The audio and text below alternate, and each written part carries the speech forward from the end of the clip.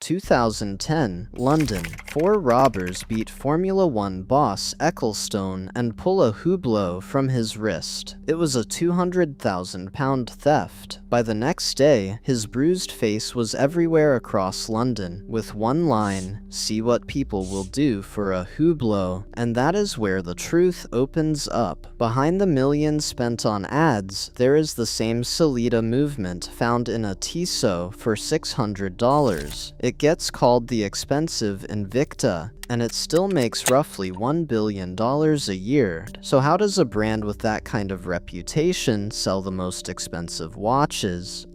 Carlo Crocco grew up in the shadow of a family empire. His uncle ran the Binda Group, a large Italian dynasty that manufactured Brill watches. Everyone expected one thing from Carlo, to carry on the business. Instead, he left, and he asked himself a question that no one else in the industry was interested in. Can rubber be luxury? Picture 1980. Luxury watches meant gold, platinum, crocodile, or alligator leather exclusively. Rubber was the material of cheap dive watches, trainers, and car tires.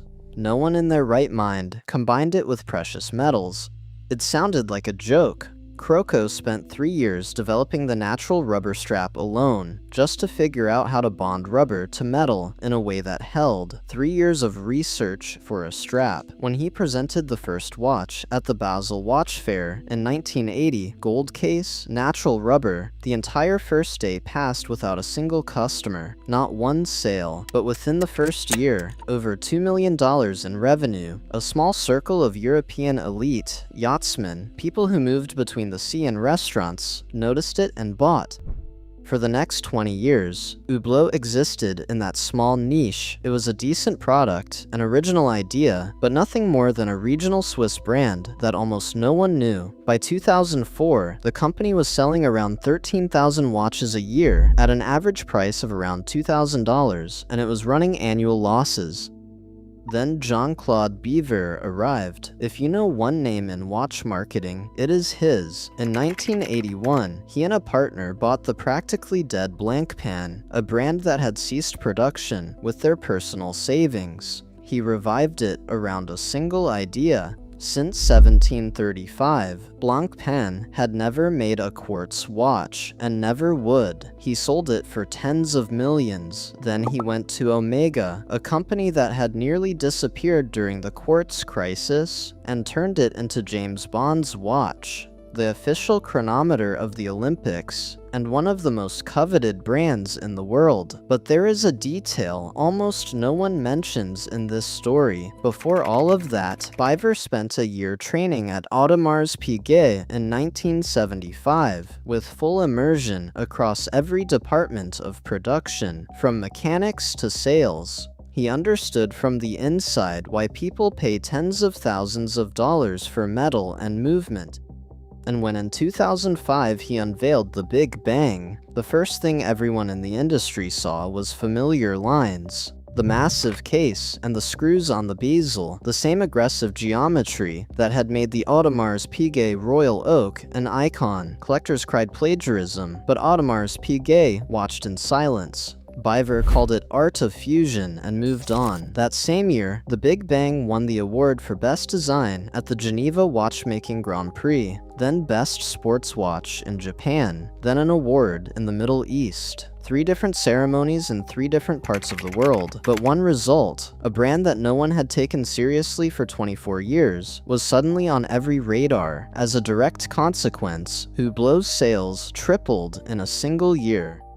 But the real break came in locker rooms and on red carpets. Biver saw what other Swiss brands either did not notice or deliberately ignored. The new generation of wealthy people, young athletes, musicians, and entrepreneurs did not want the watch their grandfather wore. They wanted something loud, visible, readable from the other side of the room. Something that shouted rather than whispered. No serious Swiss brand was consciously making a watch for this person. Patek Philippe and Rolex considered that audience insufficiently mature. Hublot decided this was their opportunity. Dwayne Wade appears on the red carpet, a Big Bang on his wrist. The photo runs through the tabloids. Kobe Bryant wears it at every press conference of the season. Pele and Mayweather appear in the headlines. Every great moment in sport begins to have a watch on the wrist, and that watch is Hublot, not as background, as part of the image.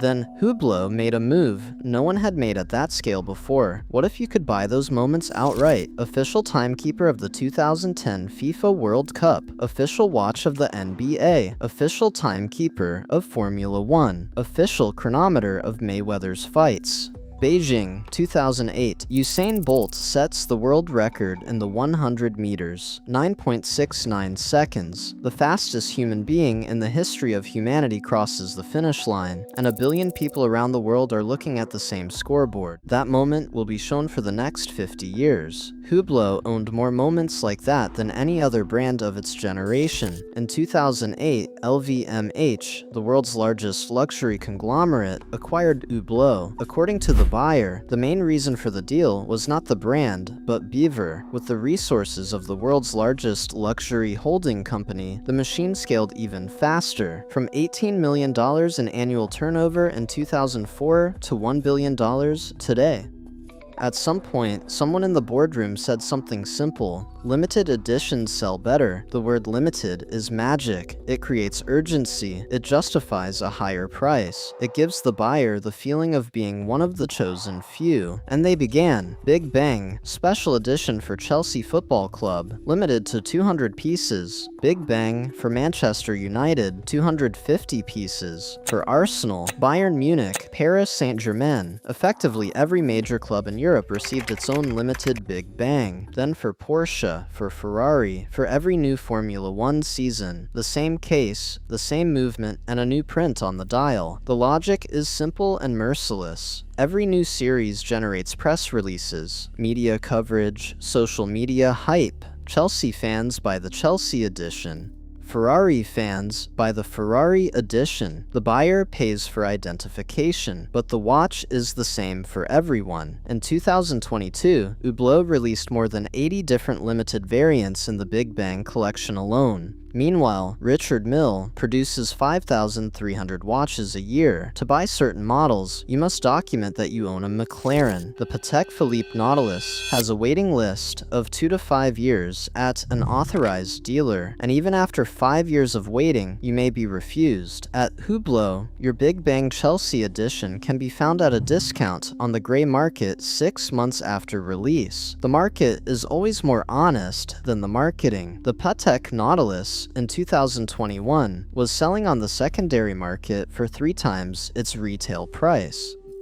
Most Hublots lose between 40 and 60% of their value at first resale. Picture this: you pay $15,000 for a Big Bang Chelsea edition, limited to 200 pieces. It even says so on the box. 3 months later, the Big Bang Manchester United edition comes out, the same case, the same movement inside, a different logo on the dial, also limited to 200 pieces. The sense of exclusivity you bought has just disappeared. At some point, even Hublot itself understood it had gone too far. In 2008, they launched the Classic Fusion, a thinner case and a cleaner dial, a return to restraint, as if the company had heard the criticism and decided to change. But the Classic Fusion gradually became the same conveyor belt, and the problem does not stop there. On the Hublot website, there is a section called Pioneering Watch Movements. Directly beneath it is a description of the Hub 1110 movement. It sounds like something unique that justifies the $8,900 price of the Classic Fusion. The Hub 1110 is a Sellita SW300 with a branded rotor and a minor calendar modification.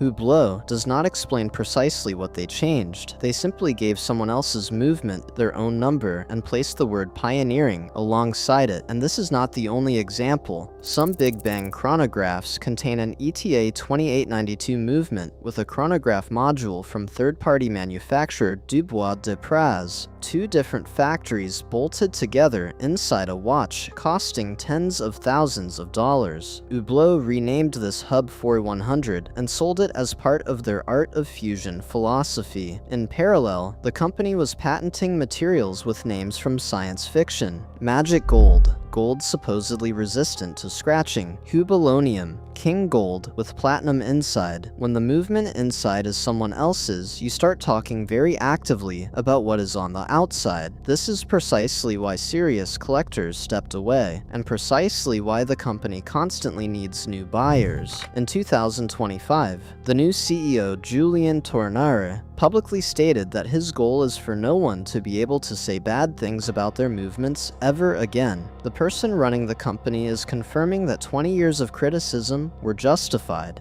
and doing so as calmly as if it were simply the next item on the business plan.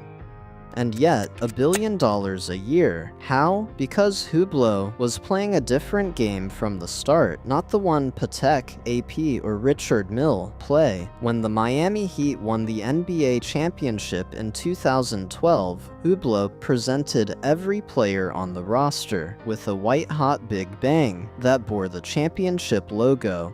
$14,800 each. Not sold. Given 20 players, each of them on camera after the final, each with a Big Bang on their wrist. Beyoncé gave Jay-Z a Hublot set with 1,282 diamonds for $5 million, not because it is the finest watch in the world, but because it is the loudest statement you can make on a wrist. Think of it this way. Patek Philippe says, "Buy our watch and pass it to your children. You are part of something greater than yourself." Rolex says, "You have achieved, and now you belong to a certain circle." Both brands speak of the past, of heritage, of time, of what came before you. Hublot says, "You just arrived, and you are not planning to be quiet about it." There are millions of people at exactly that moment. First, money that is more than you ever imagined, and you want something on your wrist that speaks about you louder than words. For that person, Patek sounds like "wait your turn." Rolex sounds like "prove yourself first." Hublot says, "You are already here." It simply takes your money and gives you the feeling that you are already in the room you wanted to be in. Collectors hate Hublot for not playing by their rules, but Hublot never wanted to play by their rules. It was building a different game for people who do not yet know those rules and are not sure they want to learn them. Crocco started with a question: can rubber be luxury? Biver reformulated it: can luxury be loud? It turned out yes, just not for everyone.